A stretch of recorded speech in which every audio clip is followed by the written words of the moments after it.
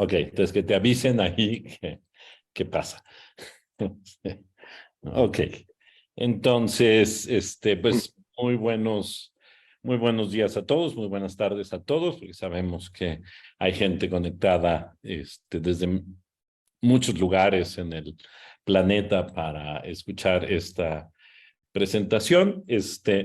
Yo soy Ernesto Priani y tengo realmente el gusto de presentar a Augusto Navamora, que como ustedes saben, por supuesto, es el coordinador del seminario al que estamos asistiendo de filosofía en Bulgaria.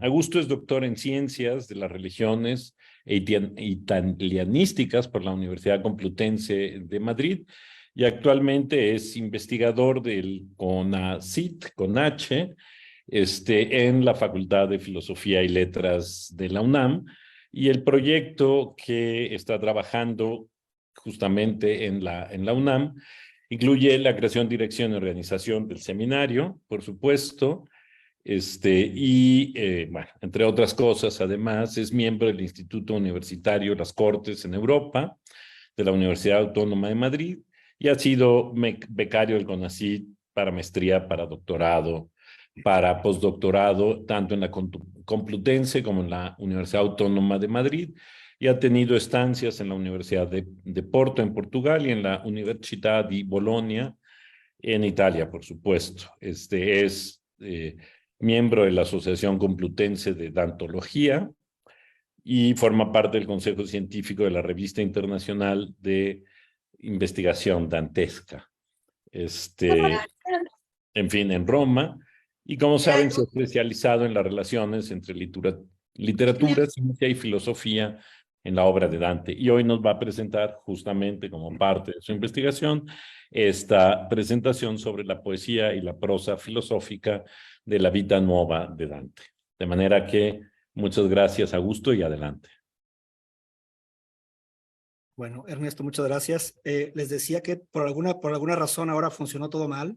Entonces, sé que me escuchan porque ya lo probamos, aunque estamos viendo aquí, tenemos un micrófono de salida para escucharlos. Entonces voy a empezar ya rápidamente para no tardarme mucho. Bueno, primero, mi presentación está planeada en alrededor de 1 hora, quizá me tarde un poquito más, pero espero no tardarme 1 hora. Tiene estos temas, habrá un tema que luego lo voy a dejar para después, porque me parece que era demasiado y lo tuve que sacar de último momento, pero estos son los temas. La primera cosa es el Dante de la Vida Nueva, que así se llama esta parte de mi presentación, y que básicamente tiene que ver con este libro, que es un libro que se publicó en 2021, aunque la edición original está en francés, es ¿sí? Bueno, en italiano le pusieron así, Biografía e Autobiografía di Dante. Y esto forma parte de un proyecto más grande de estos investigadores, Elisa Brilli y Giuliano Milani, que son grandes investigadores y que tienen un proyecto muy interesante. Y bueno, básicamente el pretexto de llamar en causa este libro es para darles un poco la idea de en qué momento Dante publica la Vida Nueva, o decide hacer pública la Vida Nueva, o decide escribir y ensamblar la Vida Nueva. Bueno, digamos, voy a poner tres cosas, obviamente hay más, pero es imposible en tan poco tiempo resumirlo. Uno es que estamos en la madurez, o algunos dirían que sería la crisis también, del Comune, esta organización jurídica de las ciudades italianas, y que se encuentran en el marco de la lucha entre el papado y el imperio. Perdón. Otra cosa importante es la influencia de las órdenes mendicantes en Florencia. Bueno, muchos recuerdan que hay algunos miembros de esas órdenes importantes que participan, digamos, en política, que tienen una influencia muy importante. El asunto es que la vida política y la vida de las órdenes mendicantes estaba muy unida, y lo que dicen estos investigadores es que eso explica el hecho de que Dante, un personaje que no es un clérigo, haya tenido acceso a ciertos conocimientos y a ciertos libros, ¿sí? Es decir, que en cierto modo el hecho de que hubiera podido obtener conocimientos también se debía a su participación política. Ahora, ¿cuál es el punto de su participación política? Es que Dante tuvo una carrera fulgurante, o sea, empezó en la política, y son estos mismos años en los que decide escribir La Vida Nueva, y su carrera es fulgurante. Luego, luego hay un espacio, hay una pausa, ¿sí? Pero digamos que en estos años su carrera empieza a subir. Y claro, una de las preguntas que se hacen esos investigadores y que se han hecho mucho a través de la historia es, ¿qué tiene que ver este libro, que parece una autobiografía de amor, con el inicio de su carrera política? O sea, ¿cómo se compaginan las dos cosas? Y bueno, y esa sería la pregunta, ¿no? ¿Por qué escribió Dante la Vita Nuova? Y una de las respuestas, una de las conjeturas que tienen esos investigadores, es que la Vita Nueva es un proyecto para presentarse en público. ¿Sí? Es un proyecto para presentarse en público tanto desde el punto de vista político, o incluso probablemente desde el punto de vista también para una cuestión laboral. Pero bueno, sobre eso vamos a hablar un poquito más adelante. Se trata también de obtener un reconocimiento público, ¿sí? O sea, Dante ya era un personaje conocido, ya era una figura conocida, pertenecía a una generación de personas que tenían oficios que tenían que ver con la política, pero que también eran apasionados de la poesía. Y entonces, digamos que el sentido de la publicación sería demostrar a su público, mayormente de laicos y que usan el vulgar, sus cualidades éticas, artísticas e intelectuales. Esta es la conjetura que tienen estos investigadores. Y aquí les leo brevemente, voy a omitir los paréntesis, lo que dicen Elisa Brilli y Giuliano Milani.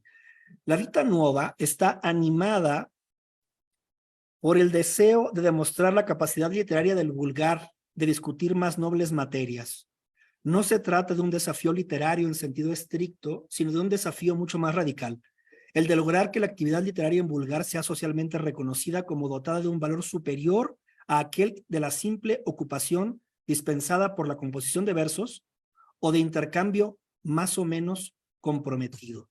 Bueno, este es lo que dicen estos investigadores. Entonces, en cierto modo, lo que están haciendo es explicar la compatibilidad de su proyecto literario con su vida política, ¿sí? Y digamos que esta publicación le asegura su pertenencia a un grupo social que está en transformación y que es apasionado de la poesía.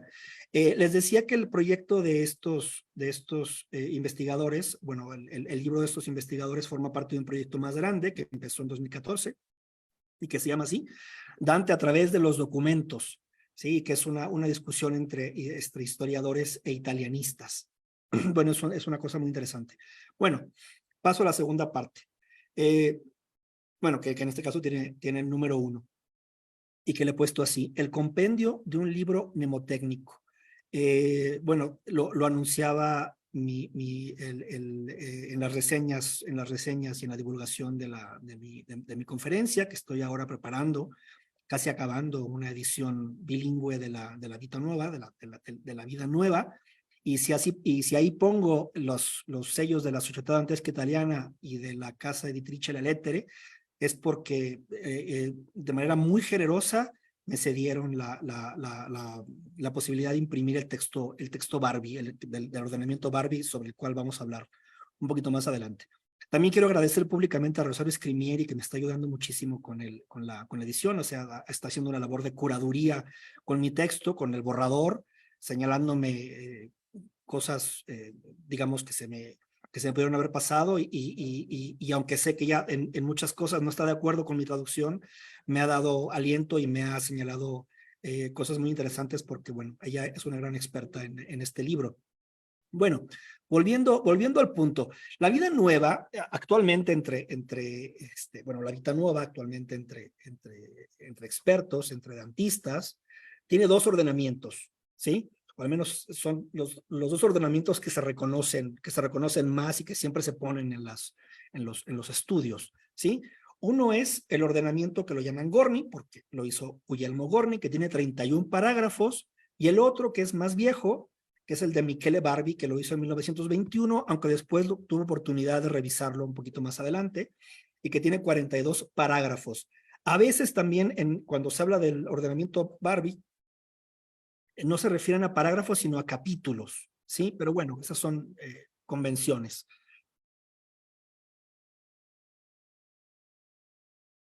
Bien, entonces, una cosa peculiar de la vida nueva o del ordenamiento, en fin, de los ordenamientos que han intentado distintos autores, es precisamente la distribución de los capítulos y la distribución de los hechos, que es una distribución numérica que implica una distribución simbólica. Y el primer ejemplo más evidente es este. El ordenamiento Gorni tiene 31 parágrafos, que es el mismo número de poemas que contiene el libro, ¿sí? Que son 31 también. Pero bueno, aunque el ordenamiento Barbie, bueno, obviamente son los mismos poemas, no tiene 31 parágrafos o capítulos, la distribución de los poemas también se ha adivinado de forma numérica. Una persona que lo ha hecho, en fin, de manera muy especial ha sido investigador anglosajón, Charles Singleton. No voy a entrar en esos puntos porque si no sería tardarme demasiado. Incluso en la edición más reciente, que es esta edición monumental de la obra de Dante, que se llama Nuova Edizione Commentata delle Opere di Dante, y la Vita Nuova está a cargo de Donato Pirovano. Entonces, el curador también hace una distribución numérica atendiendo al ordenamiento Barbie, que tiene que ver con 27 áreas, 27 secciones o 27 temas, digamos, ¿no? Que tiene también esta combinación de numérica pertinente. Ahora, ¿cuál es la numeración pertinente a este caso? Como quizás habrán dado cuenta, ¿no? Bueno, en este caso es que, bueno, quizás no se dan cuenta porque todavía no lo menciono, pero bueno, el ordenamiento Gorni tiene estos 31 parágrafos que están organizados en esta distribución de nueves, ¿sí? Como se ve en la parte de arriba. Entonces, son 4 estaciones poéticas, según Gorni, según también, por ejemplo, Giuseppe Ledda, que es en donde me basé para hacer este cuadro que pertenece a mi edición.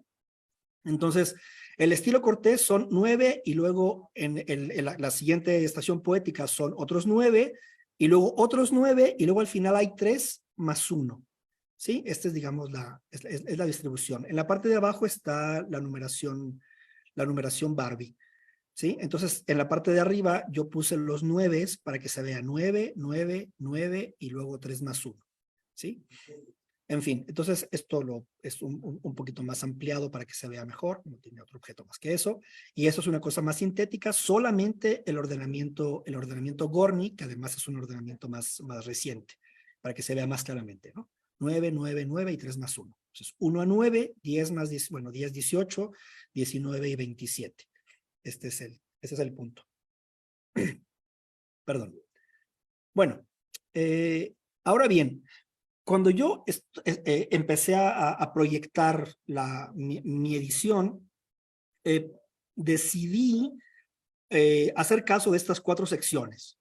Y entonces, en el índice de esta primera parte, yo lo distribuí de este modo, ¿sí? Entonces, de un lado puse a Gorni, del otro lado, Gorni, del otro lado Barbie, y ahí se ve un poco, esto es un poquito más cerca, están ahí los números, ¿no? 1, 2, 3, 4, 5, 6, 7, 8, 9, y en estos la numeración es diferente. Este modo de presentar las 2 numeraciones, obviamente no lo inventé yo. Por ejemplo, Luca Carlo Rossi, en su edición, en la parte de atrás tiene unas tablitas, que son unas tablitas para ver las correspondencias, ¿sí? Bueno, entonces decíamos que estábamos en esta primera parte, que es esta. Bueno, entonces, otra cosa, digamos, singular de mi edición, yo hice este diseño, o sea, lo hice en Word y luego se lo pasé a las personas encargadas de hacer el diseño, y le puse lo que yo llamo, bueno, mucha gente lo llama así, una guía de navegación a través del libro. Y el libro tiene las 2 numeraciones, ¿sí? Entonces, en la parte de arriba está Barbie Gorni, y luego en medio está también la numeración Barbie Gorni. La traducción está en la parte de arriba y el texto original está en la parte de abajo. Esa es la solución que yo encontré. Entonces, aquí está, las dos numeraciones, Barbie y Gorny. Y luego del otro lado, bueno, Barbie y Gorny. Y esto lo hice porque a mí un poco pienso que a través del tiempo, de la experiencia de estar leyendo, por ejemplo, bueno, la vida nueva, pero también, por ejemplo, el Convivio, abrir el libro y no saber uno dónde está, a mí me resultaba problemático y yo, bueno, empecé también a ver que había algunos autores que sí se les había ocurrido, bueno, algunos editores que se les había ocurrido tomar estas soluciones y yo lo que hice fue adaptarlas. Pero bueno, en fin. La doble numeración también la quise poner aquí, por si uno quería comparar, en fin, no solamente la esquina, sino también la parte de abajo. Pero bueno, ok, entonces, también incluye esto, que son las estaciones poéticas, las puse de un lado, ¿no? Para que se pudiera ver. En Vida de Beatriz, que esto es también una cosa narrativa, hay cosas que suceden en la mitad del libro, que es cuando Beatriz está viva, y luego la segunda parte, que es cuando Beatriz está ya muerta. Bueno, entonces la idea de la composición numérica, uno puede consultar pues, muchos textos sobre el tema, pero obviamente este es el texto más recomendable, este texto traducido en México por el Fondo de Cultura Económica, bueno, por Margit Frenk y Antonio Latorre, y que tiene un capítulo dedicado a eso. Bueno, entonces, la traducción, como decía, está en la parte de arriba, y luego el original está en la parte de abajo. Ahora sí, bien, empecemos ya con el texto de la Vita Nuova. Lo voy a leer. In quella parte del libro della mia memoria, dinanzi alla quale poco si potrebbe leggere, si trova una rubrica la quale dice Incipit Vita Nuova, sotto la quale rubrica io trovo scritte le parole le quali è mio intendimento da esemplare in questo livello, e se non tutte, almeno la loro sentencia. Bueno, entonces aquí ya nada más para poner el anuncio que hace Dante con ciertos conceptos que tienen que ver con el mundo del libro. Livello, que aunque mucha gente lo traduce como librito, bueno, en fin, yo he revisado varios autores y varios especialistas que entienden que ese diminutivo es un diminutivo gramatical, pero no es semántico, ¿sí? O sea, no necesariamente se refiere a un libro pequeño, aunque ciertamente el libro de Dante es pequeño.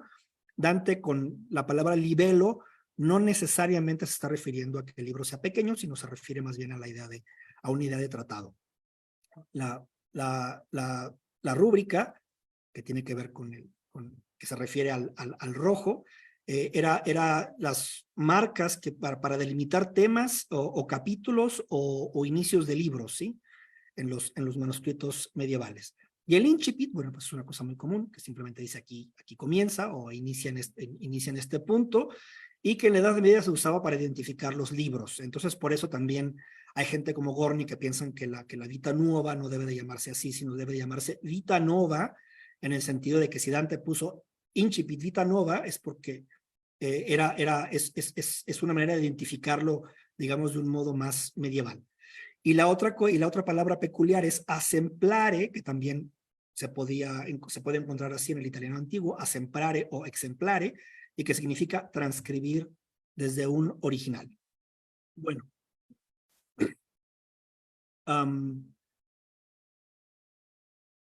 ¿Tienes?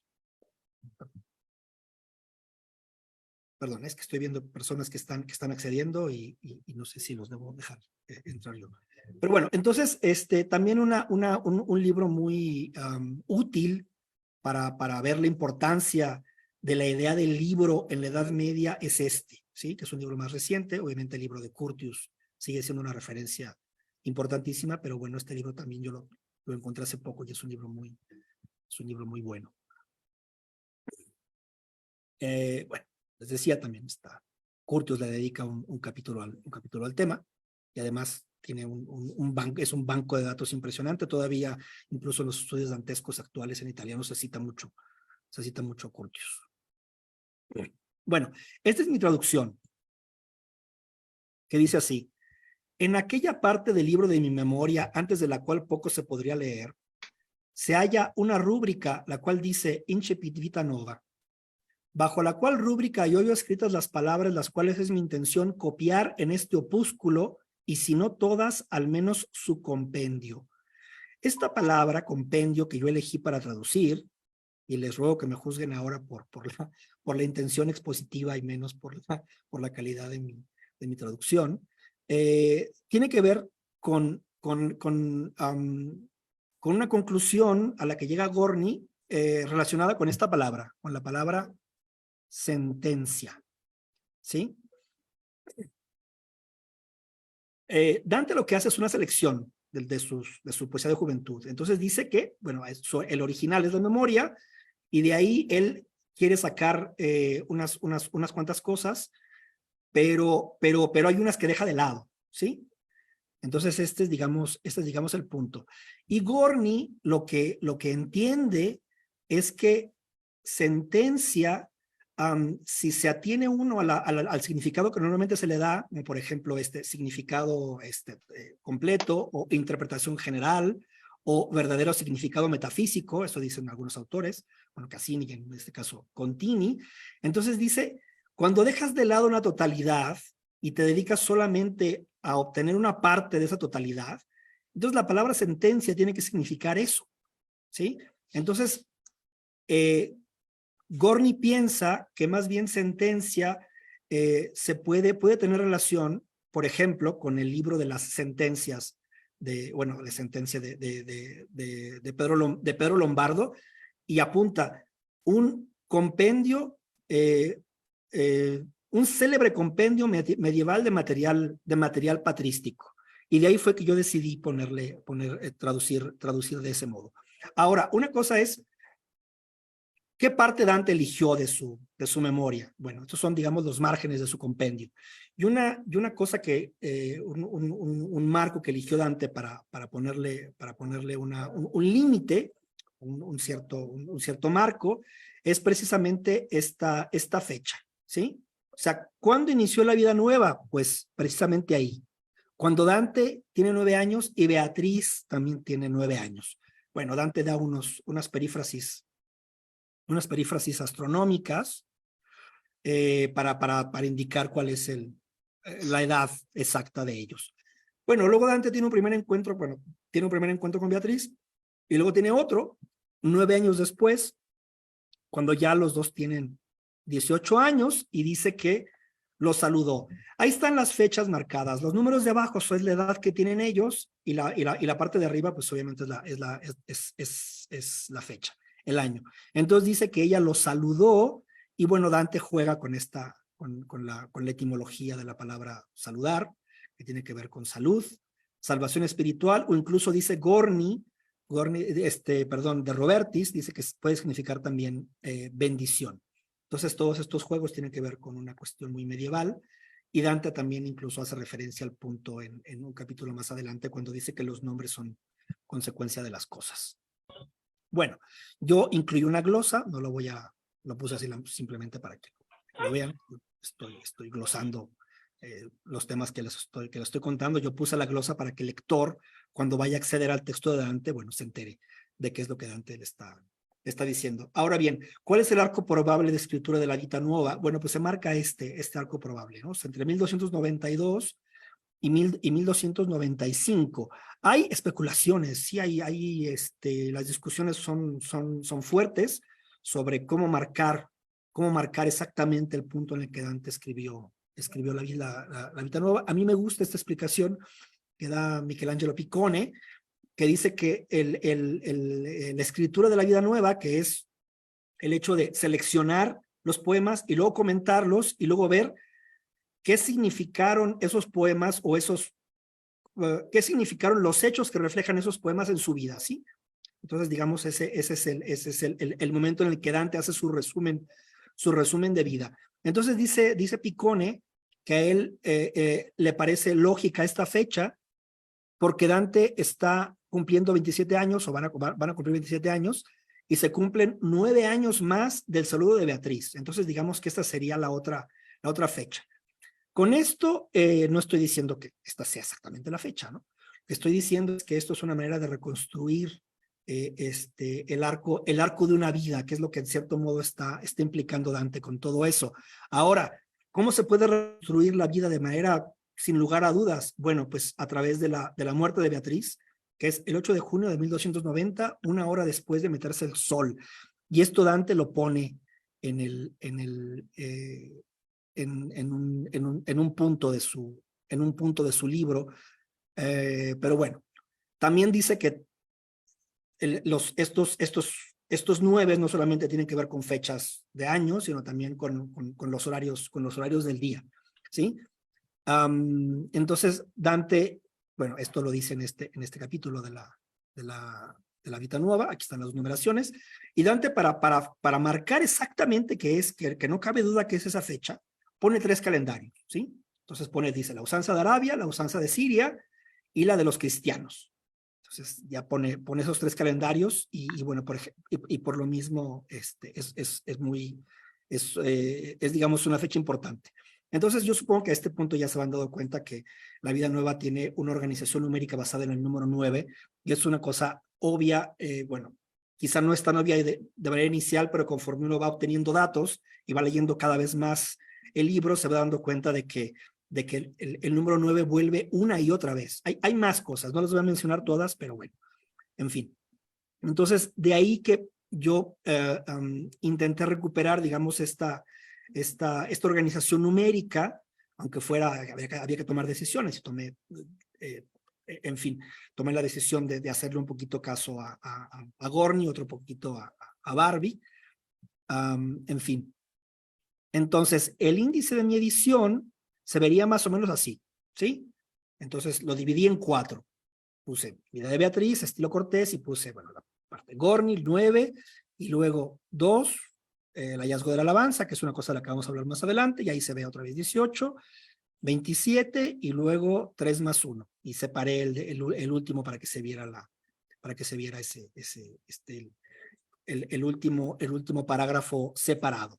Entonces, claro, yo me preguntaba cuando estaba escribiendo la introducción si esta estructura de mi edición era una estructura, digamos, arbitraria. Entonces, la respuesta que yo me doy es que más allá de que, en fin, puede gustar o no, para mí es una clarificación de un aparato mnemotécnico que es consustancial al libro. Y ahora vamos a entrar en este punto, ¿sí? Esta es una intuición muy buena de esta gran artista María Corti.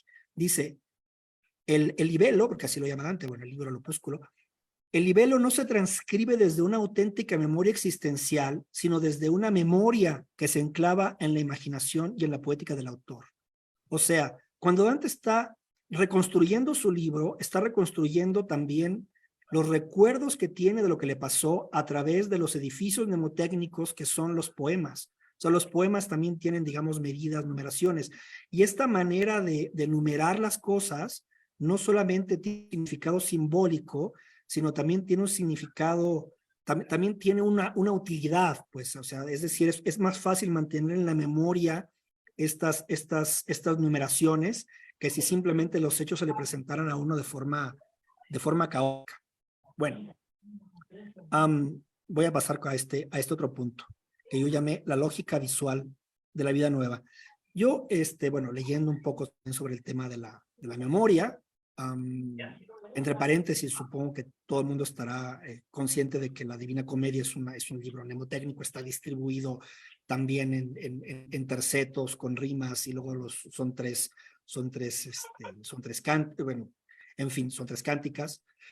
En fin, y que digamos Dante está digamos siendo fiel a una costumbre, a una tradición, a una afición medievales por juegos mnemotécnicos.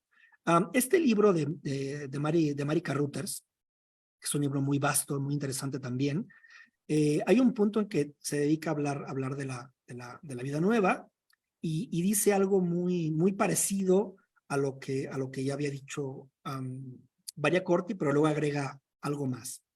Dice, al componer la Vida Nueva, Dante ve la obra de manera visual, escrita en su memoria como páginas con texto rúbricas y parágrafos, ¿sí? Entonces, esto me hace entender que esta distribución también es una distribución que ayuda digamos, al autor o a la persona esta que está escribiendo, o incluso al lector también, a distribuir las cosas, a distribuir los recuerdos, los hechos de una vida de una manera más o menos organizada, ¿sí? Bueno, o más o menos organizada dependiendo de la calidad de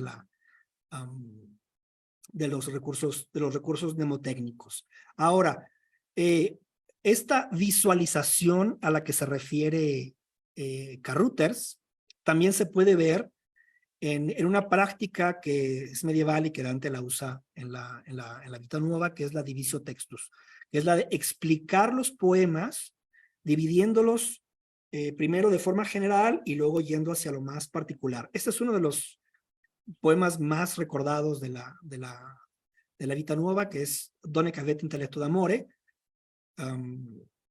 Bueno, yo le di una traducción. Y ahora no vamos a entrar. Mejor les voy a decir dónde está, porque después voy a volver sobre ese tema. Este texto, este poema está ubicado aquí, en esta parte, que se llama El hallazgo de la alabanza y la experimentación. Luego vamos a volver sobre el punto. Esto lo voy a leer no de forma profunda, pero simplemente para que se den una idea de qué es la divisio textus, si es que no lo tienen presente. Esta canción, se refiere obviamente a la canción que al poema que acabamos de ver. Esta canción, para que sea mejor entendida, la dividiré más artificiosamente que las otras composiciones de arriba. Y por ello, primero de ella hago 3 partes. La primera es el proemio de las subsiguientes palabras. La segunda es lo que me había propuesto tratar. La tercera es como sirvienta de las precedentes palabras. La segunda comienza aquí, la tercera aquí. La primera parte se divide en 4. En la primera escribo a quien yo cantar quiero sobre mi señora y por qué yo quiero expresarme. En la segunda escribo qué se me aparece a mí mismo cuando yo pienso en su virtud y cómo yo compondría si no perdiese la osadía. En la tercera escribo cómo creo expresarme de ella para que yo no sea impedido por la vileza. En la cuarta, repitiendo a quien sobre ello pretenda narrarlo, digo la causa por la que yo me dirijo a ellas. La segunda comienza aquí, la tercera aquí. Ok, entonces esta división de textos es el arte medieval de leer yendo de lo general a lo particular, ¿sí? Yo muchas veces recomiendo la lectura de la Vita Nueva, de la Vita Nueva, entonces algunos amigos me dicen que, por ejemplo, esta parte les parece insoportable y me acordé de esta cita de este señor, que además la cita también Mary Carruthers, que dice, la división de textos del siglo XIII llevó el arte de la aburrición a su perfección. ¿Sí? Es decir, finalmente, ciertamente es una sensibilidad muy alejada de la nuestra, ¿sí?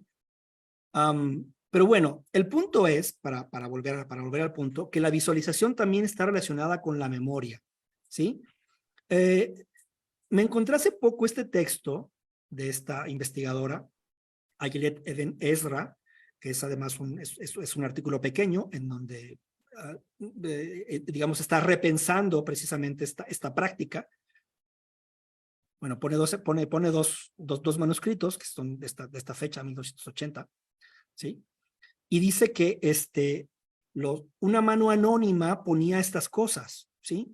Estos como especie de árboles de porfirio, ¿no? Pero lo que me parecía curioso a este investigador es que en algunos textos aparece la divisio textus y luego la mano anónima, o probablemente los copistas ponían el arbolito. Pero en este caso se trataba de un texto en el que no estaba expresado la divisio textus y de todos modos una mano anónima ponía el arbolito abajo, ¿sí?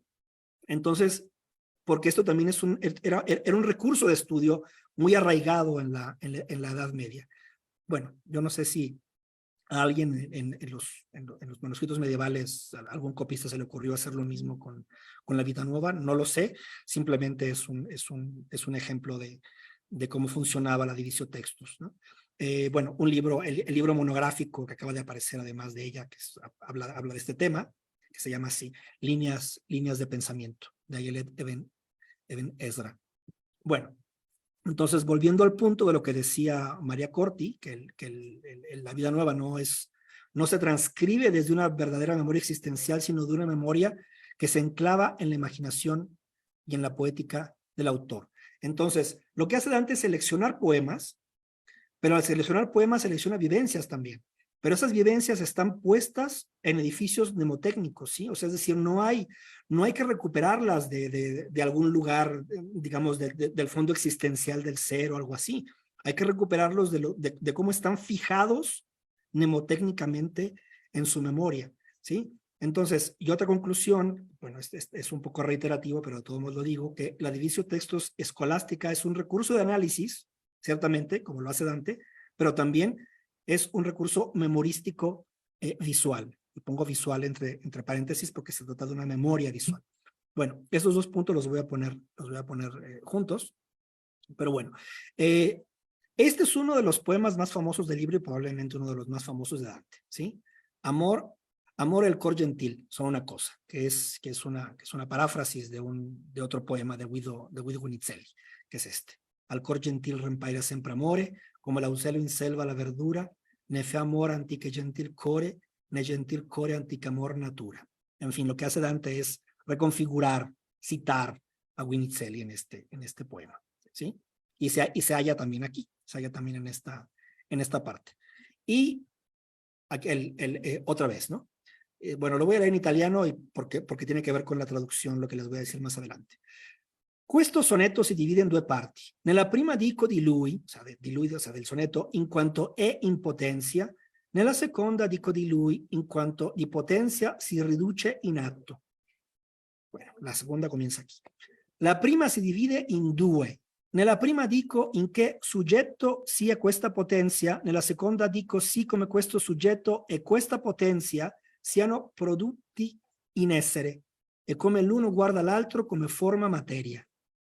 Entonces, bueno, ya se habrán dado cuenta que hay un montón de terminología filosófica. Bueno, está, digamos, cargado de terminología filosófica. Supongo que no hay que explicar potencia, acto, forma, materia. Riducere sería como conducir, llevar al acto, y sujeto, yo lo traduje, inicialmente quería poner sujeto, pero luego por el contexto preferí sustrato y me acordé que Averroes tiene una teoría, bueno, así como la llaman los especialistas, que se llama teoría de los dos sujetos, aunque a veces también la llaman teoría de los dos sustratos, porque el sujeto no es necesariamente digamos, el individuo, entonces entenderíamos, no sé, la persona, sino el lugar de determinación de lo que se percibe. Pero bueno, en fin, no me voy a meter mucho en esto.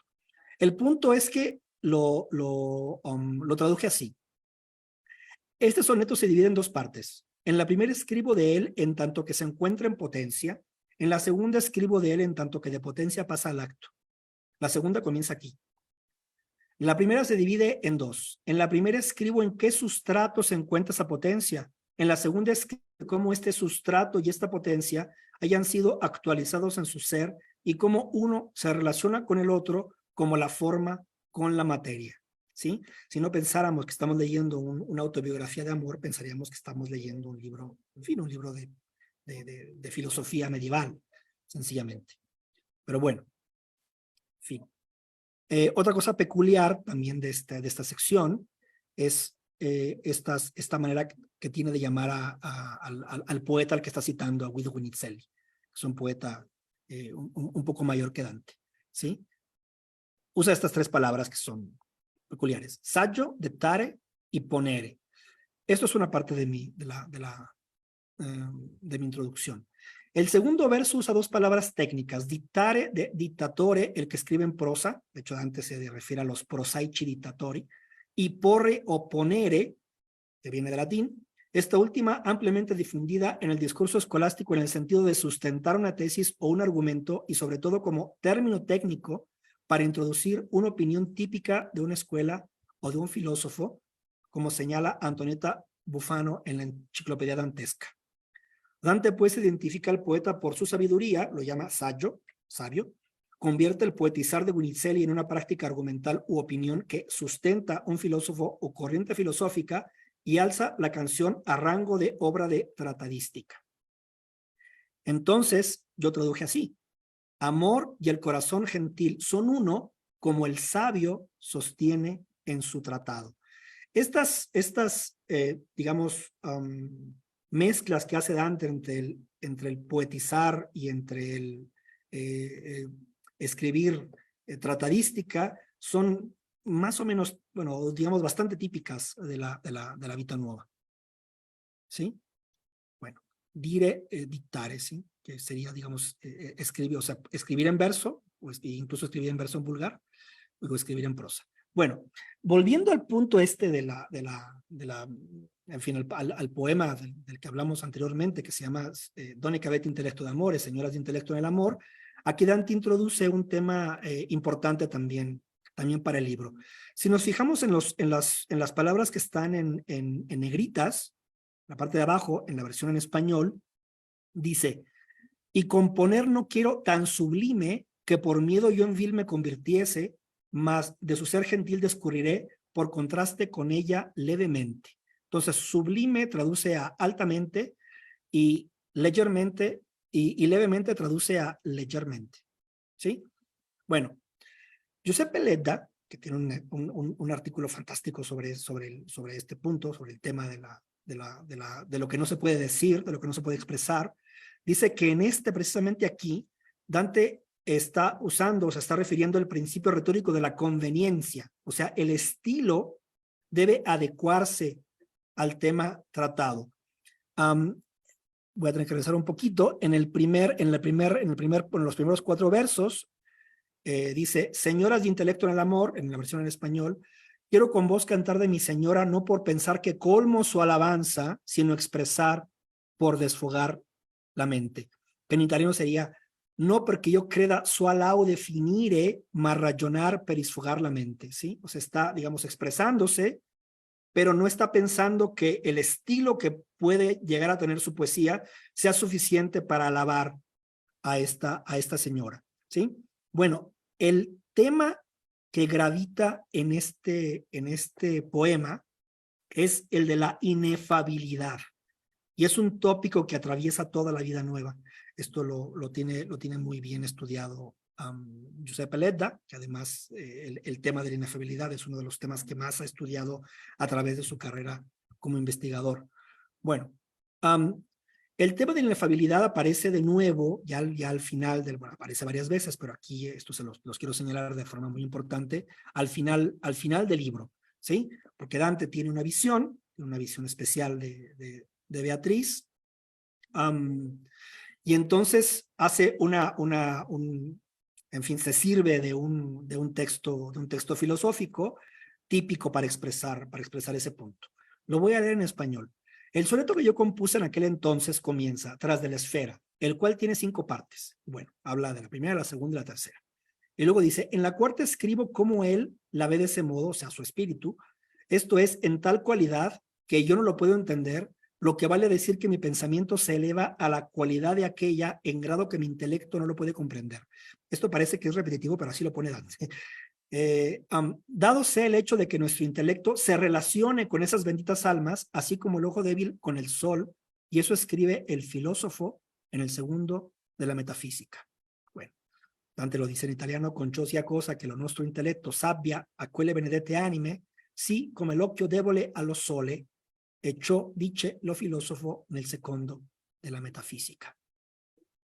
Este es el pasaje de la metafísica al que se refiere Dante, el del ave nocturna, que sale al sol y luego queda cegado, y que, bueno, se usaban mucho para hablar de cómo uno no puede acceder a las sustancias separadas, ¿sí? El ave a veces es un murciélago, a veces es una lechuza o un búho. Ahí hay ciertas variables, ¿no? Bueno, ahora bien, una cosa peculiar, de verdad peculiar, interesantísima de la vida nueva es esto, que la palabra inefable, inefabile, aparece en la vida nueva y es, según por lo menos Manuela Colombo, es el primer registro de la palabra en un texto en lengua vulgar, ¿sí? Entonces, obviamente, la búsqueda de Dante era en fin, relacionada con el tema de la inefabilidad, era una búsqueda tan importante que él tuvo que, digamos, acuñarla, bueno, por lo menos escribirla por primera vez en una lengua vernácula. Me voy a saltar la sintaxis porque decidí que era demasiado largo. Vamos al siguiente punto, que es el del uso del vulgar. Simplemente para decir que cuando Andrés se refiere al uso del vulgar, vuelve el tema de que es importante poetizar en vulgar, en lengua vernácula, porque a las mujeres no muchas mujeres conocen el latín, ¿sí? Ese es un punto. Y el otro punto también tiene que ver con el hecho de escribir poemas amorosos. Lo voy a dejar aquí porque luego voy a volver sobre el punto más adelante. Ahora bien, una de las grandes discusiones sobre la Vita Nuova es cuáles son sus modelos, es decir, Dante en qué se inspiró para escribir, qué es lo que tenía a la mano para inspirarse. Entonces, los modelos en realidad se pueden multiplicar, pero hay más o menos 3, todo el mundo coincide que son más o menos 3, aunque luego hay discusiones al respecto. Uno es el prosímetro filosófico. Incluso, bueno, Dante en el Convivio claramente dice que la consolación de filosofía es una fuente de inspiración, y además está comprobadísimo que el Convivio tiene esa fuente de inspiración. Sin embargo, con la Vida Nueva es diferente. Incluso Michelangelo Piccone, uno de los grandes investigadores sobre el tema, dice que la consolación de la filosofía es como el antimodelo de la Vita Nuova, ¿sí? Pero bueno, ciertamente hay una, en fin, quizá una inspiración lejana por el hecho de combinar poesía con prosa, ¿sí?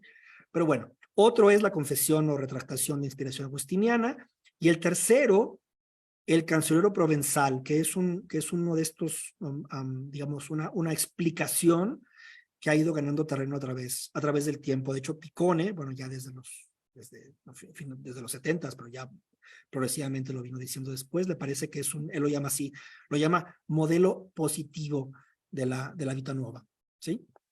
Y una cosa peculiar que todo el mundo le llama la atención, que es de estos cancioneros provenzales que se escribieron en una época de madurez de los poetas provenzales, cuando ya, digamos, la poesía provenzal estaba difundiéndose en Europa, ¿sí? Entonces, digamos, en primera mitad del siglo XIII se ponía ahí, bueno, en el siglo XII se inicia la gran poesía provenzal, que para muchos es el origen del concepto del amor de Occidente. Pero bueno, a mitad del siglo I, en la primera mitad del siglo XIII se empiezan a generar estos cancioneros, en donde se pone una pequeña biografía del autor, y luego además se pone una explicación del poema, ¿sí? Básicamente. Entonces les voy a leer este pedacito que también forma parte de mi introducción. Varios autores, unos desconocidos y otros conocidos como Hug de Sankirk, compilaron cancioneros de la lírica provenzal que incluían vidas y razós. Las primeras, notas biográficas de extensión variable; las segundas, explicación del motivo que dio origen a una composición y aclaración de cómo dicho punto de partida y ciertas peripecias del autor están vinculados al significado de lo escrito. Aquí debo decir que muchos autores, en fin, han notado, por ejemplo, la edición de Roberti lo dice, que a este motivo, a esta explicación, en la Vida Nueva, Dante lo llama causa, o sea, cagione, o, siendo más fiel al vocabulario cortés, razonamiento. Bueno, yo traduje razonamiento, aunque Dante usa las dos palabras, usa tanto ragione como ragionamento, ¿sí? Entonces sería, digamos, en fin, pone la explicación del poema, más o menos la situación en la que está en el momento de escribir el poema, y eso sería la ragione o el ragionamiento para Dante. Ahora, una cosa también interesante que está vinculada a este modelo positivo es esto que escribió Martín de Riquer, aunque Martín de Riquer estaba citando a otro autor. Martín de Riquer es uno de los pocos autores que ha hecho o sea, que tiene una edición del corpus total de los poetas provenzales. Pero bueno, dice de Riquer, la gran novedad que supone en el mundo románico la poesía trovadoresca de los siglos XII y XIII. Esta es la gran novedad, que son tres cosas. Se expresa en lengua vulgar, entendida por todos. Es lírica, y lo tercero, es obra de individuos de identidad conocida. Y eso es una cosa muy interesante de los cancioneros. O sea, todos los cancioneros dan noticias, e incluso ponen ahí una especie de retrato en las letras capitales, dan noticias que se han comprobado que son noticias ciertas. Hay algunas cosas son ficción, pero una gran mayoría de los datos que se dan son datos ciertos de los poetas. O sea, se sabe sus oficios, dónde vivían, a quiénes frecuentaban, qué tipo de cargos ostentaban, las cosas que les pasaban. Incluso se sabe, por ejemplo, que Arnaud Daniel era aficionado a los dados y al juego. Sí, unas cosas, o sea, incluso ese tipo de detalles, ¿no? En fin, ahora, esto es importante porque esta época, la época a la que Dante le tocó vivir, es una época muy importante para los estudios de la ética, y esto se puede encontrar en cualquier manual de historia de la filosofía medieval. Y ahora mismo tengo en mente el manual de Rafael Ramón Guerrero, profesor de la Complutense, y donde dice eso, es decir, los estudios de la ética, o bueno, las preocupaciones éticas eran una preocupación importantísima para la filosofía medieval. Y de hecho puse ahí la toaética porque hay un punto en el que cuando Dante le pregunta a Virgilio en la comedia cómo está organizado el infierno, le dice, acuérdate de tu ética, ¿sí? Y tu ética es en el sentido de un libro al cual uno le tiene un apego cariñoso, eso se podría, o un apego, digamos, familiar. Otra cosa importante también es que inicia la obligación de confesarse anualmente para los laicos a partir del Concilio de Letrán. Entonces también eso, digamos, marca un punto importante de cómo la vida privada de las personas empieza también ser digamos, material sacro, por así decirlo, ¿no? O sea, material que forma parte del orden cósmico. Y otra cosa es que esto es un apunte muy interesante que hacen Elisa Brilli y Giuliano Milani, es que la vida no es solamente la vida contada, sino la vida también como un género, porque se sabe que los cancioneros provenzales, o sea, el estilo de los cancioneros provenzales estaba inspirado en los estilos hagiográficos, ¿sí?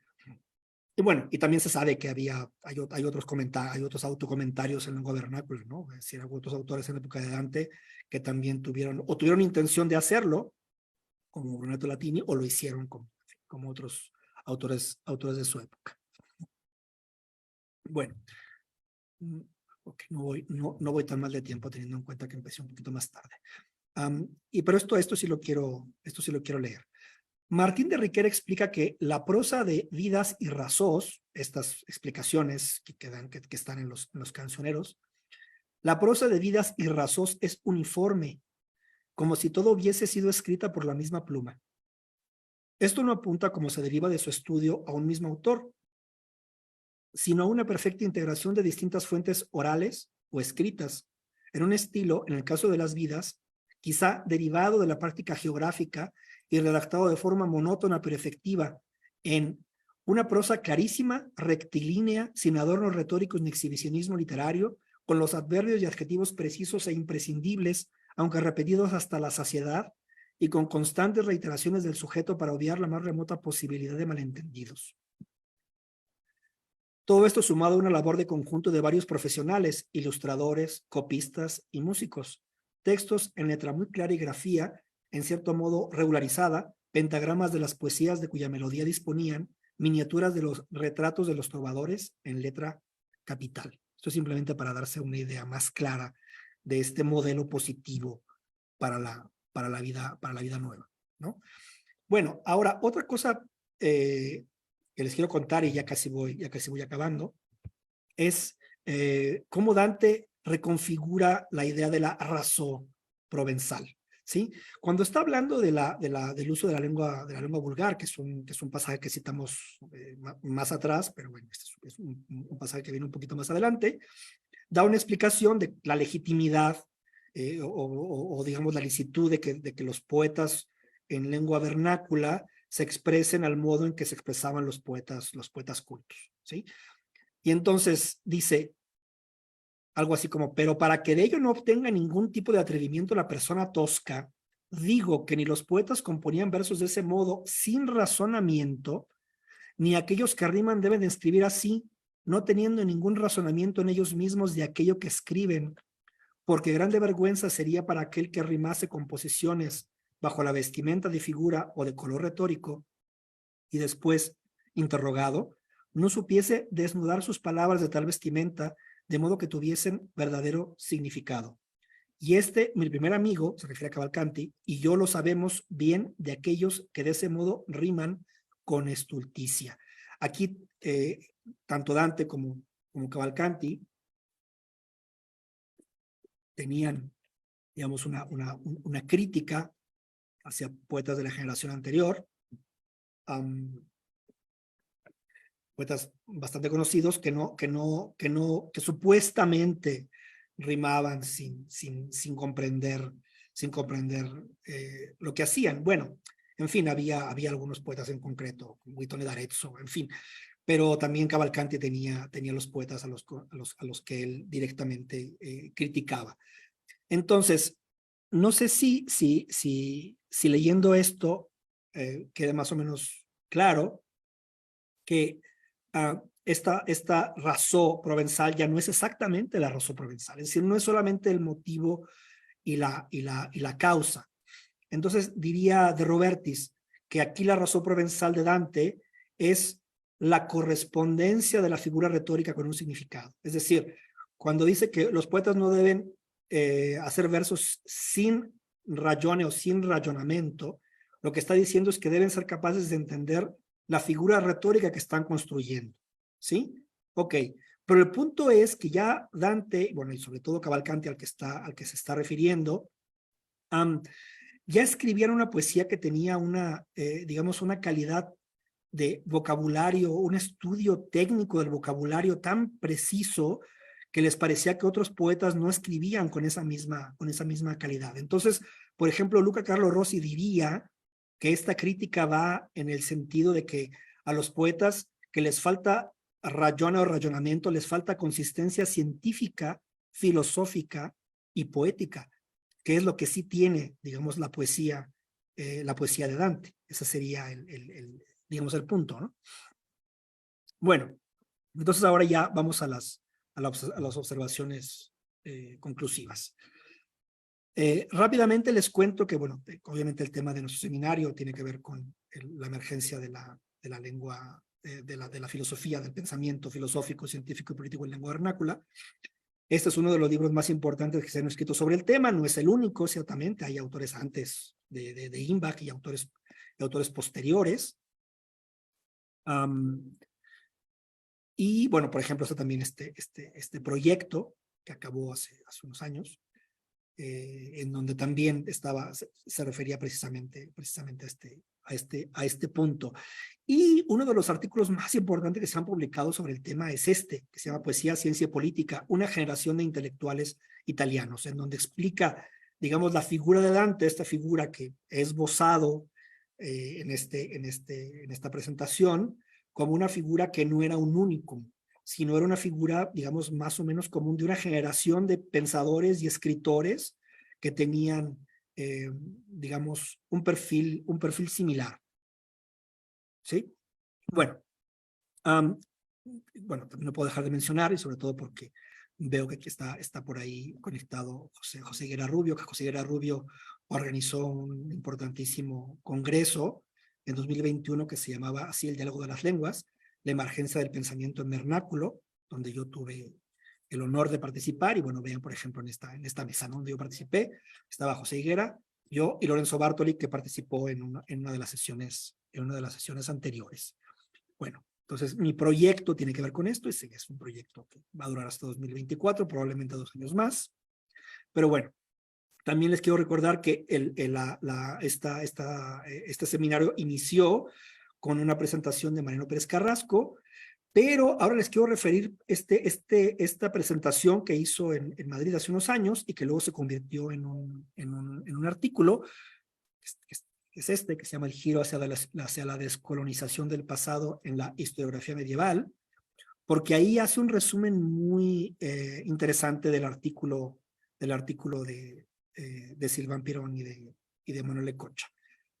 Dice, en un artículo de 2008, Emanuel Lecocha y Silván Pirón estudiaban las vidas entrecruzadas y las principales obras de una serie de intelectuales italianos de la época de Dante, es decir, florecidos entre 1290 y 1330, cuya principal característica consistía en que habrían producido una hibridación de saberes que los volvía inclasificables dentro de los cánones disciplinarios tradicionales. Esos intelectuales de la generación de Dante el primero entre ellos, habían practicado al mismo tiempo la literatura, la ciencia, la teoría literaria, la teología y la política, y la habían expresado a menudo en formas poéticas. Cocha y Pirón sostenían que entre la segunda mitad del siglo XIII y la primera del XIV, la Italia centro-septentrional había visto el nacimiento de un tipo de intelectual desconocido en los centros contemporáneos del saber, como París u Oxford, donde el modelo escolástico había producido aquel exilio de las bellas artes, según la definición de Gilson. Esos intelectuales de los comuni italianos habían sido receptores de las novedades universitarias e incluso de las luchas académicas parisinas, pero tenían algunas características que les eran particulares. Eran laicos, participaban activamente en política, escribían a menudo en lengua vulgar y hecho importantísimo para la caracterización del fenómeno, desarrollaban sus ideas filosóficas en géneros literarios como la poesía, soslayados por la escolástica. Bueno, entonces pueden revisar también la presentación que dio Mariano Pérez Carrasco al principio.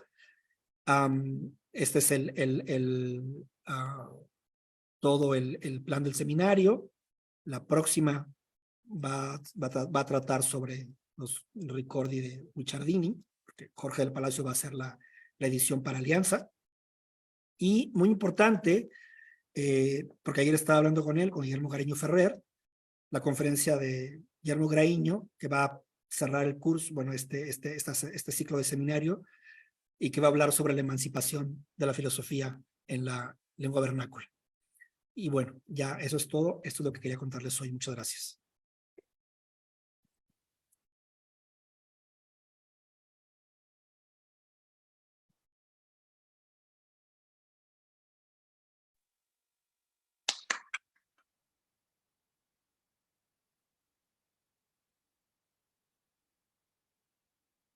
Creo que José quiere hablar. ¿O no? ¿O nada más está? Bueno, además de felicitarte, ¿me escuchas? ¿Ahora sí? Bueno, pero yo no te escucho a ti, te has silenciado. Perdón, Vale. sí. Vale, perfecto. Era simplemente para verificar. Pues muchas gracias por tu presentación. Es realmente muy interesante. Yo pues cogí algunas notas de tantas cosas que has dicho. Una de las primeras cosas que me llama la atención es el uso de los calendarios, que siempre es no el conflicto, pero sí el uso medieval, sobre todo en el área del Mediterráneo, que había del calendario musulmán, sobre todo por el comercio de cercanías con el norte de África. Entonces, claro, cuando hablas del calendario sirio, posiblemente, y árabe, posiblemente es el mismo calendario lunar. Y es importante porque naturalmente algunas de las fechas o de las fechas sagradas del cristianismo tienen que ver con un cálculo más que solar de, por ejemplo, como la Pascua,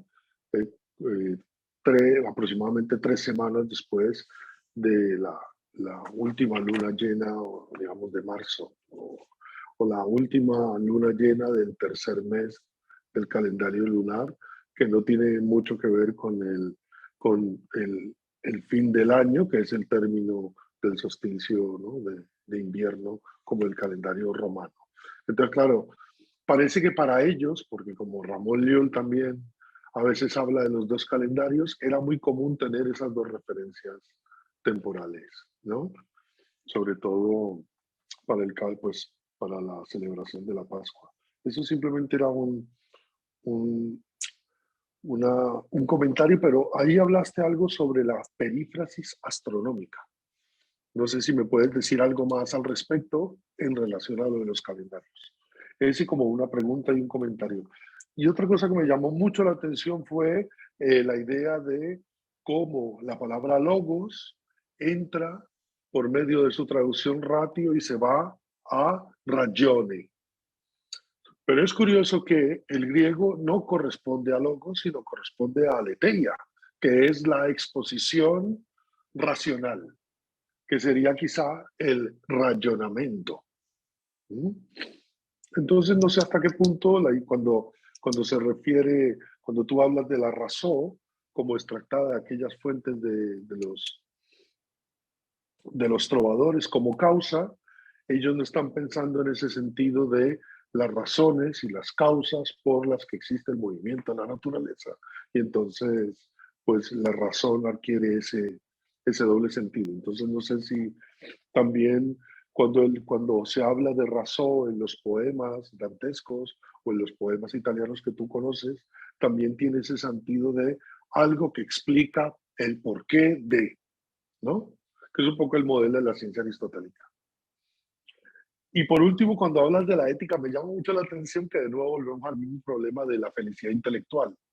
Cuando tú citas a Rafael Ramón y el comentario completo que hizo Averroes de la ética a Nicómaco. Y el decir que la ética que describe, por ejemplo, Rudi Imbach de los laicos, se relaciona con esta felicidad en este mundo, ¿no?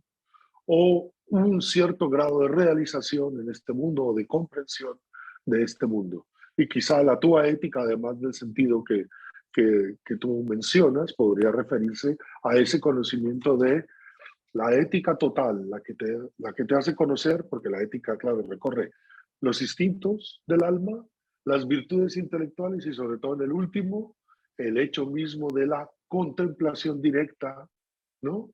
De,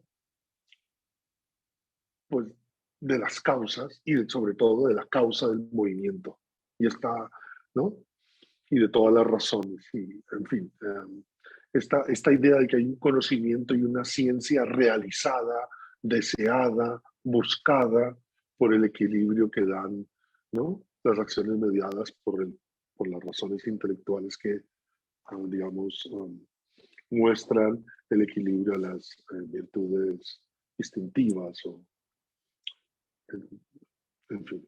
Entonces era simplemente estos tres comentarios y lo que tú me puedas decir nuevo que hay en la Vita Nuova, pues ya me dirás. Por ahí encontré también una cosa muy interesante en un manuscrito del Vaticano, por eso ya te lo enviaré a ti, que quizá puedas mirar, que en ese manuscrito de la Biblioteca Vaticana se marcan las distintas divisiones del texto con letras mayúsculas. Y entonces hay también unos marginalia que marca el soneto, aunque el soneto no está listado por versos, sino que se coloca en verso. Y también lo que dices tú de las divisiones, hay letras capitales, cuando llegan esas divisiones, esas enumeraciones, lo van mostrando. Pero ad hoc, parece que alguien conocía la división de alguno de los autores que conoce, sobre todo el primero, que creo que es el más antiguo, y marca en lápiz las secciones de acuerdo a esa edición, ¿no? En medio de la convención del manuscrito, un manuscrito como de mediados del siglo XIV, donde las capitales muestran la división, pero que no corresponden con la división del, ¿no?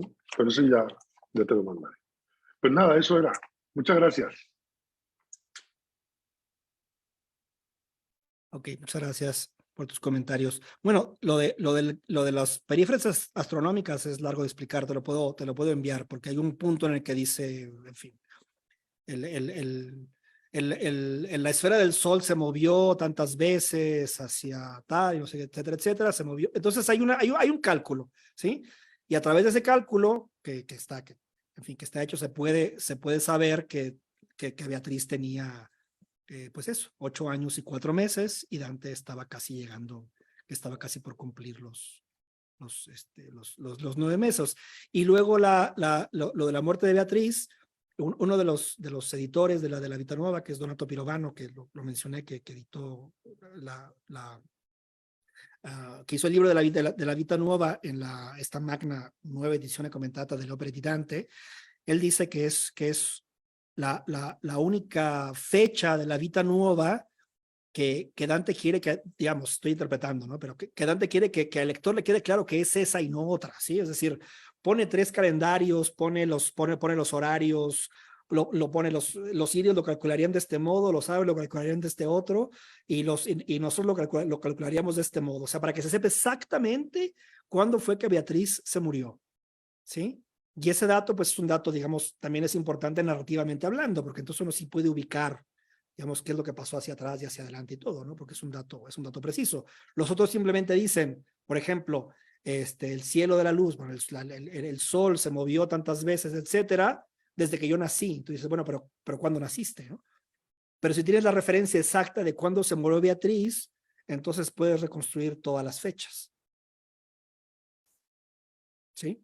Bueno, esa es la primera cosa. Y la otra cosa, lo del razonamiento, claro, Dante está jugando con los dos sentidos, digamos, ¿no? O sea, ciertamente el modelo es un pretexto que después se convierte en otra cosa. Por eso decía yo, o sea, la razón provenzal se convierte también en simplemente capacidad de cierto dominio del intelecto y sobre todo de lo que uno escribe.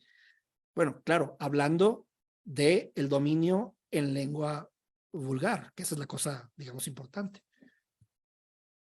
Y la otra cosa de la ética, pues la verdad es que no sabría decirte mucho. Yo, la expresión esa de la tua ética, es que cada línea de Dante tiene una colección de comentarios que vienen desde que se publicó, y ahora no podría pronunciarme, pero ciertamente te podría ser una posibilidad, ¿no? De que tu ética también es el comportamiento, aunque se tiende a pensar que la ética es el libro de Aristóteles, ¿sí? Digamos, eso es, digamos, lo que se tiende a pensar.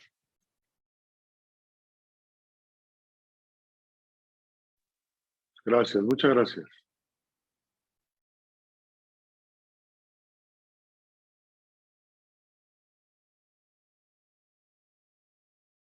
Muchas gracias, Augusto, por la tremenda investigación.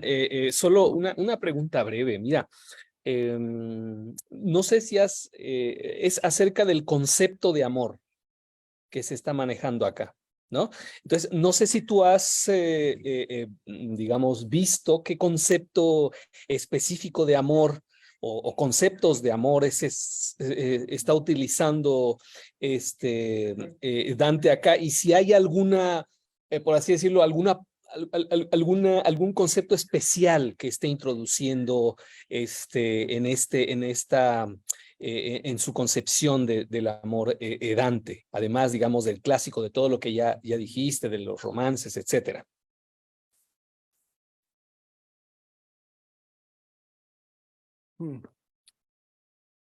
Vaya. Sí, mira, no lo sé es decir, si yo pueda decir que Dante hizo algo, digamos, vamos, no quiero decir algo novedoso, porque en realidad no tengo nada novedoso que decir al respecto, ¿no? O sea, digamos, se tiende a pensar que ¿cómo llamarlo así? Experimento conceptual sobre el amor, que sería la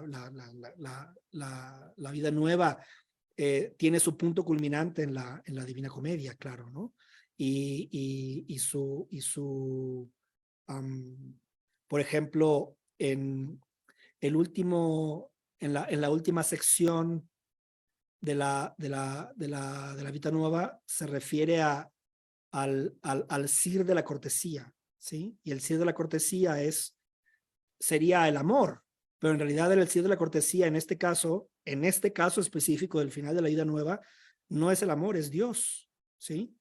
Al que llama sir de la cortesía. O sea, obviamente está digamos, mezclando dos tradiciones, por así decirlo, ¿no? Porque normalmente se tiende a pensar, y creo que no hay razón para pensar que no es así, que la tradición de la provenzal vive un poco al margen de las preocupaciones teológicas, ¿sí? Es decir, hay reflejos, obviamente, y bueno, y está toda esa teoría de los cátaros y etcétera, ¿no? Pero más bien se tiende a pensar que sigue un camino paralelo, por así decirlo, ¿no? Entonces, el hecho de que Dante los haya juntado es un indicio, e insisto que no estoy diciendo nada nuevo, estoy simplemente repitiendo lo que todo el mundo sabe, ¿no? De que Dante está intentando hacer convivir estas dos tradiciones, por así decirlo. Ya, muchas gracias.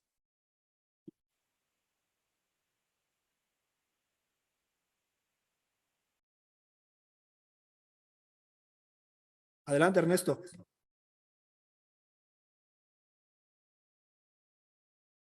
¿Tienes desconectado? Perdón, me interesó mucho algo que dijiste al principio, que la vida de Dante había sido escrita para presentarse, pero me gustaría saber para presentarse ante quién o en qué sentido presentarse. Ok, sí.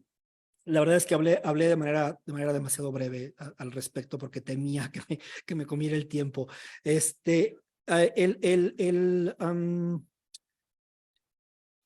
Hay muchas cosas que no se saben de Dante. Entonces, las que se saben ayudan a los historiadores a reconstruir digamos, el andar de Dante en la vida pública. Incluso la pregunta que todo el mundo se hace, o sea, ¿qué se dedicaba Dante? ¿De qué vivía?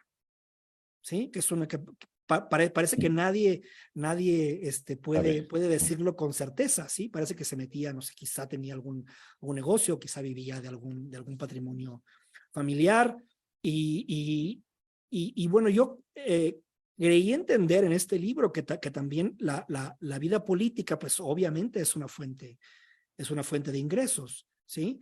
Entonces, hay un perfil intelectual, ¿no? Es el perfil intelectual de estos personajes que son laicos, que escriben en vulgar, que escriben poemas y que tienen un impacto en la vida pública, ya sea porque son representantes,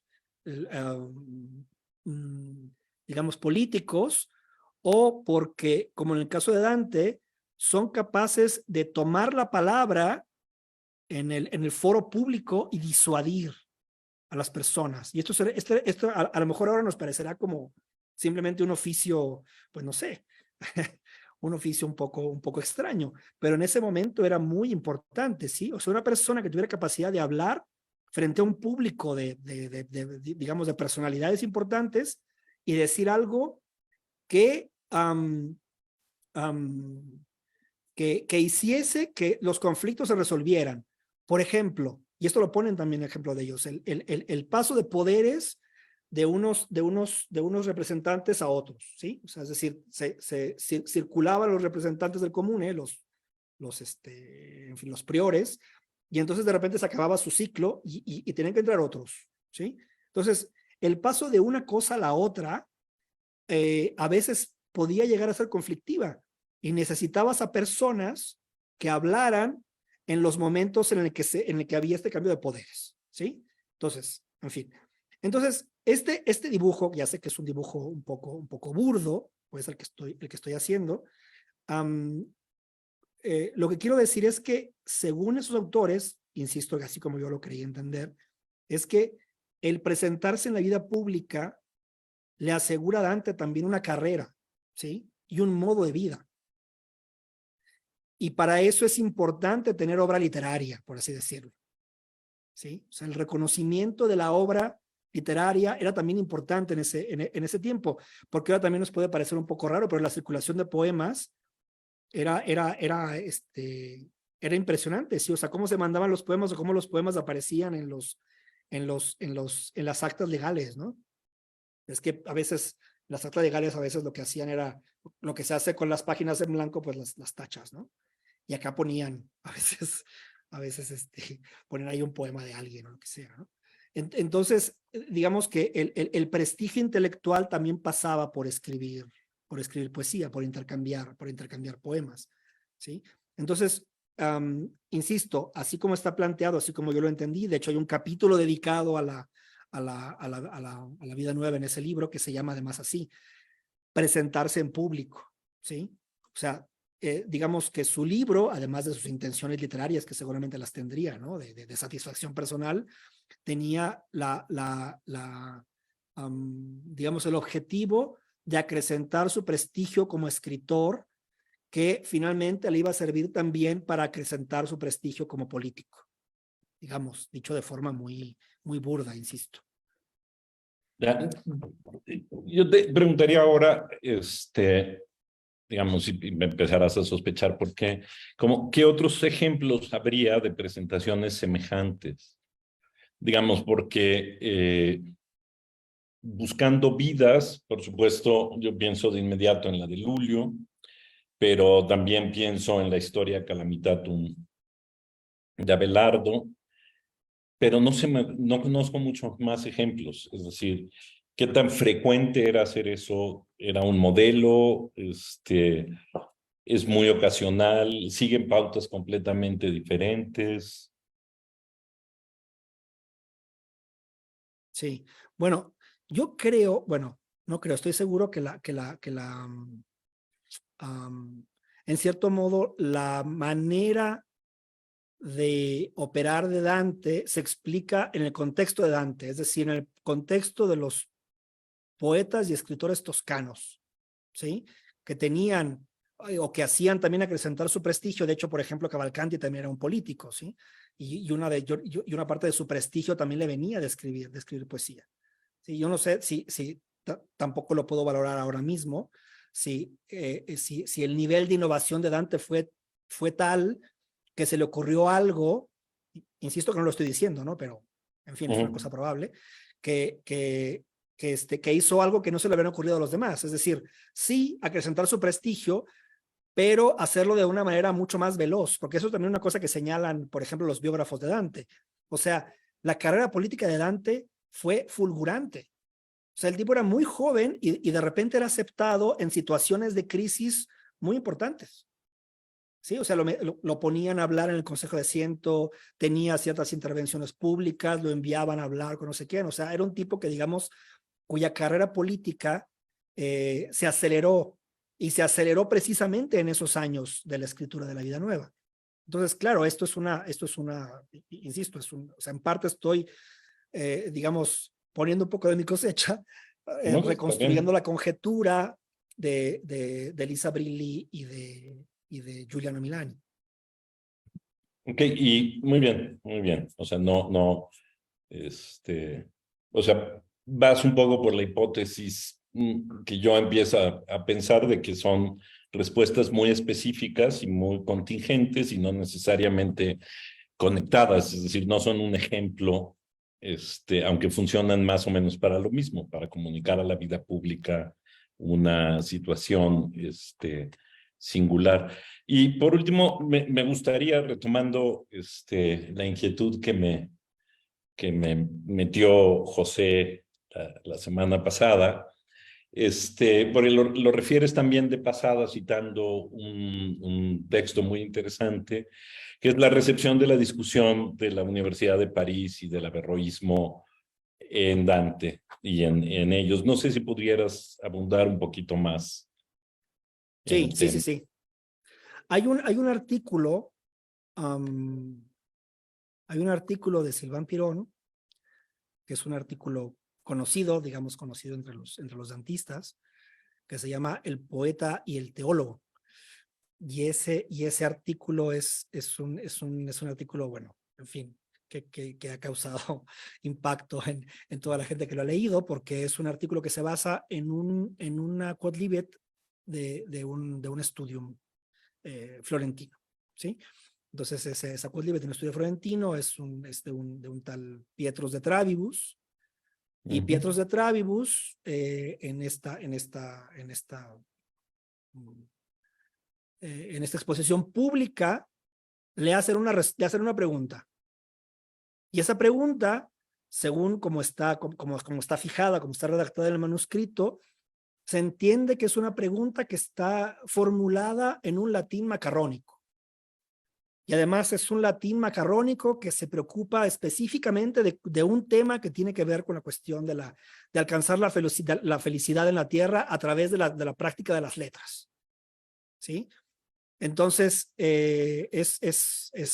digamos, la idea de que el perfil de Dante es un perfil tan verosímil que puede ser comprobado, o sea, el perfil de un Dante averroísta, por así decirlo, o semi-averroísta, como sea, es tan verosímil que puede constatarse en una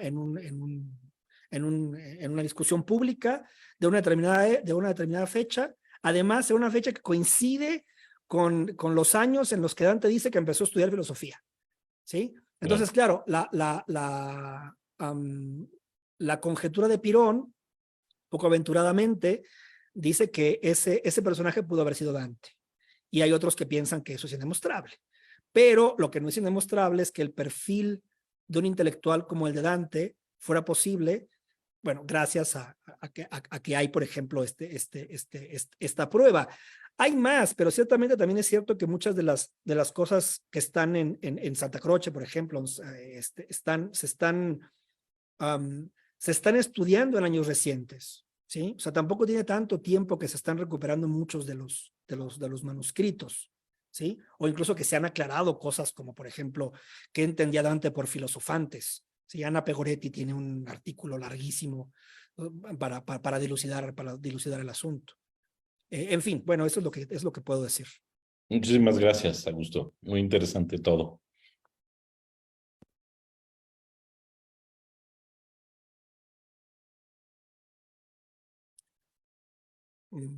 Bueno, no sé si alguien más tenga algo que... Ni siquiera sé en qué tiempo estamos. Si alguien más quiere hacer una pregunta, simplemente... José Blanco, muchas gracias. Sí. La verdad es que no tengo nada que preguntar. Simplemente quiero felicitarte porque es un trabajo ímprobo. Retomar temas que ya tocaron grandes como Michele Barbi o Guglielmo Gorni. Y bueno, yo soy de los que sostienen que Beatrice nunca existió. Por lo tanto, toda tu presentación para mí es un tema más literario que biográfico, ¿ya? Y creo que justamente aquí se encuentra o sea, he encontrado una serie de argumentos que me permitirían complementar también otras inquietudes que yo tengo, que no sé si tendré vida suficiente como para poderlas desarrollar, porque hace muchos años que estoy trabajando, que tiene que ver precisamente con esto del averroísmo, del posible averroísmo de Dante, pero sobre todo el de Guido Cavalcanti, y la relación con el primero de mis amigos, que es un personaje importantísimo también de alguna manera en la Vita Nuova. Pero el tema es tan, pero tan amplio, no tanto como la comedia, por favor. Pero yo creo que en esta presentación tuya ha acotado muy bien ciertos temas. Y me gusta mucho esto de que hayas hecho referencia a esos manuscritos, ¿ya? Al asunto esto de los árboles, las notas, las marginalias. Creo que todavía hay todo un trabajo que desarrollar desde el punto de vista codicológico, ¿no? Que probablemente ayudaría mucho más a entender ciertos tópicos que seguir copiando lo que ya dijeron los otros. Porque también damos por hecho que yo tengo mucho respeto por Michele Barbi, pero da la impresión de que como que yo cuando hablé con Domenico de Robertis hace muchísimos años, hace más de 50 años, sobre el tema este de la Vita Nuova, me dijo, ya la edición crítica de la Vita Nuova está hecha. La hizo Barbi, y a no ser que aparezca un nuevo manuscrito, no hay razón para modificarla. Y sin embargo, los editores han sido varios hasta el día de hoy. Y de hecho, el texto que tú manejas ahora no es necesariamente el texto de Barbie, considerando que no ha aparecido ningún nuevo códice. O sea, estamos hablando ya ni siquiera de paleografía, estamos hablando de filología propiamente tal. O sea, el mismo texto planteado de otra perspectiva nos hace cambiar todo.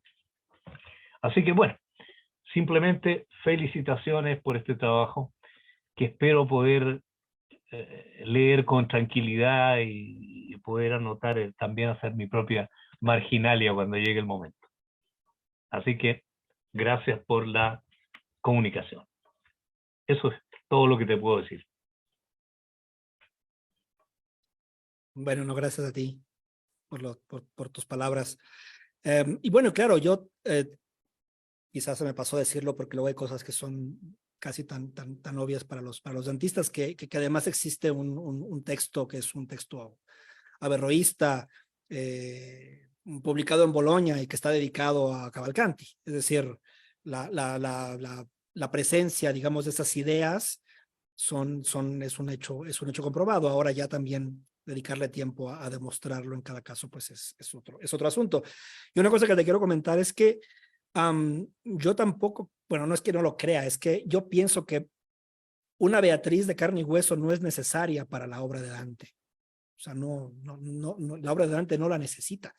Y el hecho de poner las fechas y eso, pues sí, o sea, es decir, obviamente o sea, se puede crear también una ficción a través de un personaje que es un personaje, en fin, que no necesariamente tiene que ser un personaje real, ¿sí? No, la obra vive por sí misma. Si no sabemos nada de la persona esta, pues no pasa nada, ¿no? O sea, obviamente el hecho de marcar la vida, marcar ciertas fechas y etcétera, pues también tendrá un sentido, como dices tú, un sentido literario, como de hecho a veces pasaba también en las vidas de los trovadores y sus damas provenzales. Hay cosas que son ciertas, hay otras cosas que no son ciertas, ¿sí? Hay una parte que sí sucedió y hay otras cosas en las que simplemente a los autores les sirve, bueno, a los compositores de cancioneros les sirve crear esa ficción para enmarcar ciertos hechos, ¿sí? Claro, el marco de Dante es más potente, por supuesto, ¿no? Es un marco de grandes dimensiones, pero no deja de ser un marco, ¿sí? Pero bueno, no, muchísimas gracias por tus palabras, José. Muchas gracias.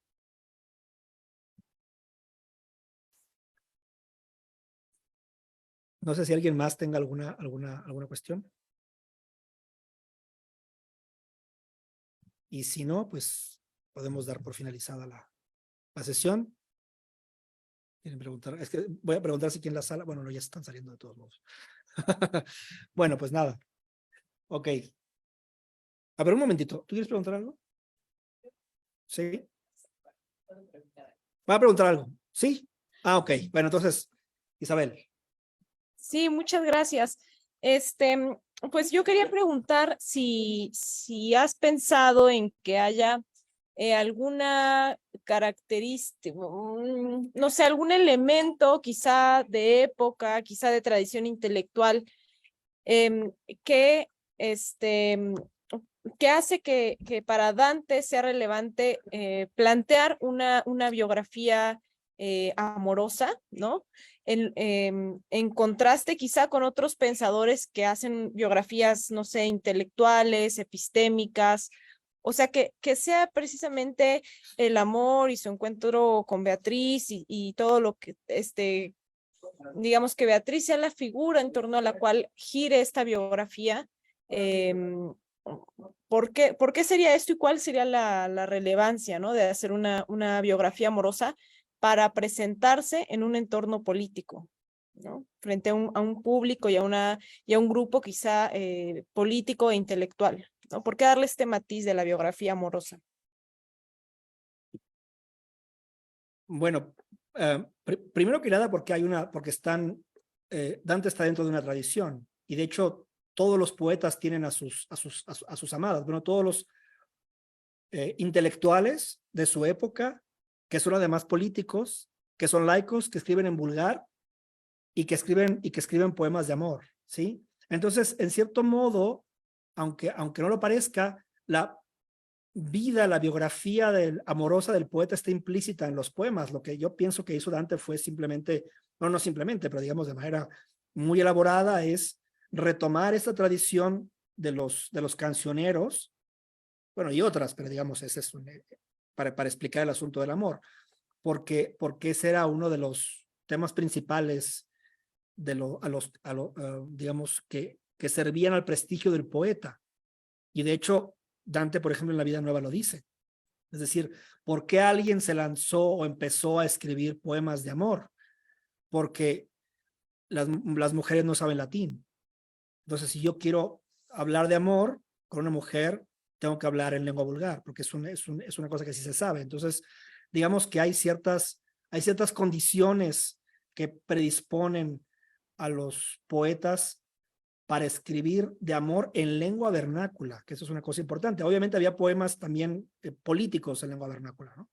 Pero en este caso, digamos, el tema del amor era un tema central para esta tradición poética, de la que Dante se siente parte, ¿sí? O sea, están los provenzales, los poetas sicilianos, los ciclo-toscanos, y luego, bueno, el Dolce Stil Novo, y luego Dante, ¿sí? Pues es decir, él ya tenía prestigio como poeta de amor, y en cierto modo, insisto, la biografía estaba implícita porque ya habían aparecido, o sea, ya las enamoradas estaban ahí, formaban parte de los poemas. Quizá, no estoy diciendo que sea así, quizá antes se dio cuenta de que lo que faltaba era el complemento que sí tenían los cancioneros provenzales, que por otra parte eran muy populares esos cancioneros, o sea, mucha gente los conocía. Hay muchos manuscritos de cancioneros provenzales con esas características. Bueno, en cierto modo hay algunas cosas que se fueron perdiendo, ¿no? Como la música, ¿sí? Que esto es una cosa también estudiada de cómo fue que se fue perdiendo eso, pero bueno, en fin. No sé si respondí a tu pregunta. Claro que sí. Sí, muchas gracias. De nada, voy a pasar el micrófono aquí en la sala. Muchas gracias. Bueno. Sí. Bueno, yo tengo la pregunta porque me pareció muy interesante la parte mnemotécnica de trabajar con la memoria, la visualización, de algo que en realidad se trata de algo como inefable, ¿no? Porque bueno, o sea, la cuestión de la memoria que tiene que ver con la poesía, de cómo se recitan esta poesía. Por ejemplo, en el budismo era muy importante la parte mnemotécnica para los mantras, ¿no? Para uno recordar los mantras, y a veces eso funcionaba para alejar malos espíritus o traer una meditación como a lo más óptimo, ¿no? Pero para Dante, ¿cuál era la función de traer a colación a este texto la función mnemotécnica?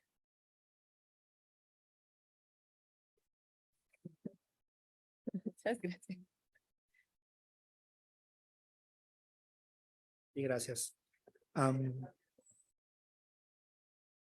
Bueno,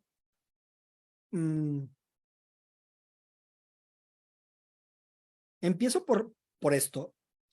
Hay digamos, explicaciones o interpretaciones de la obra de Dante, de por qué Dante escribió la Vida Nueva, y que tienen que ver con la idea de que supuestamente el amor había dejado huellas caóticas. Por ejemplo, es una cosa que dice Rafael Pinto, ¿no? Es también uno de estos grandes especialistas, y que además él tiene una edición de la Vida Nueva, ¿no? Entonces él diría, o sea, es decir, el amor dejó señas caóticas en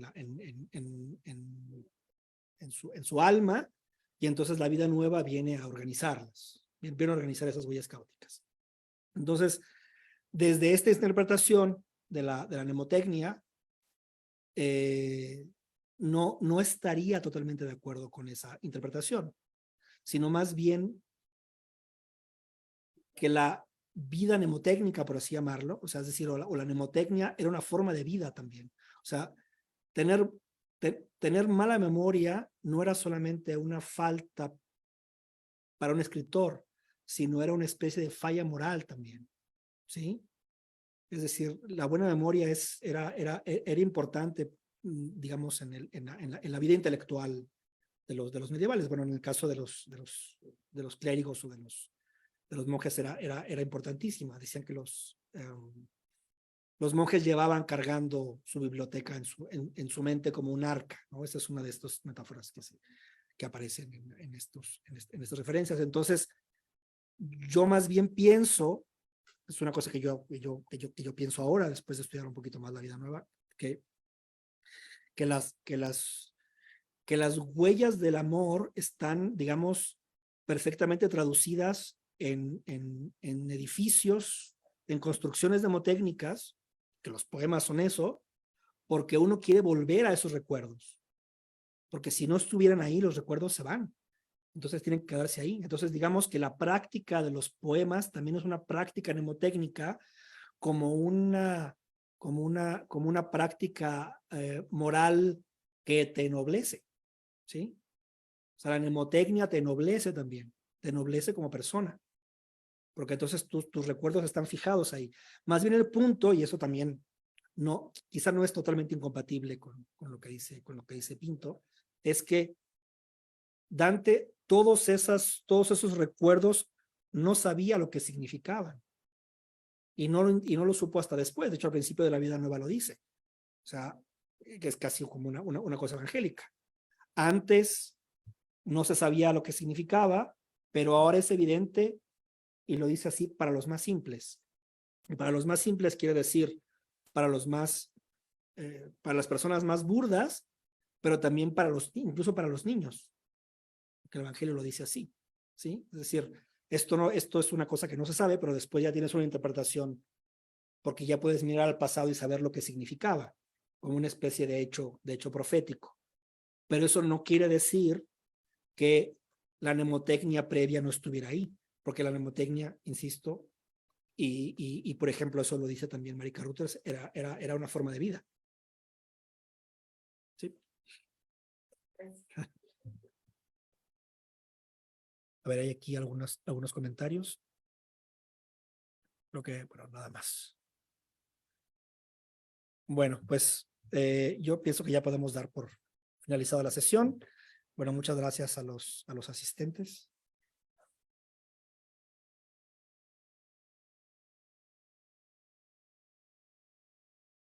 Hasta luego, José Blanco, Leonel e Isabel. Hasta luego, muchas Muchísimas gracias. gracias. No, gracias a ti. Gracias. Hasta luego, gracias. Grandes saludos a todos.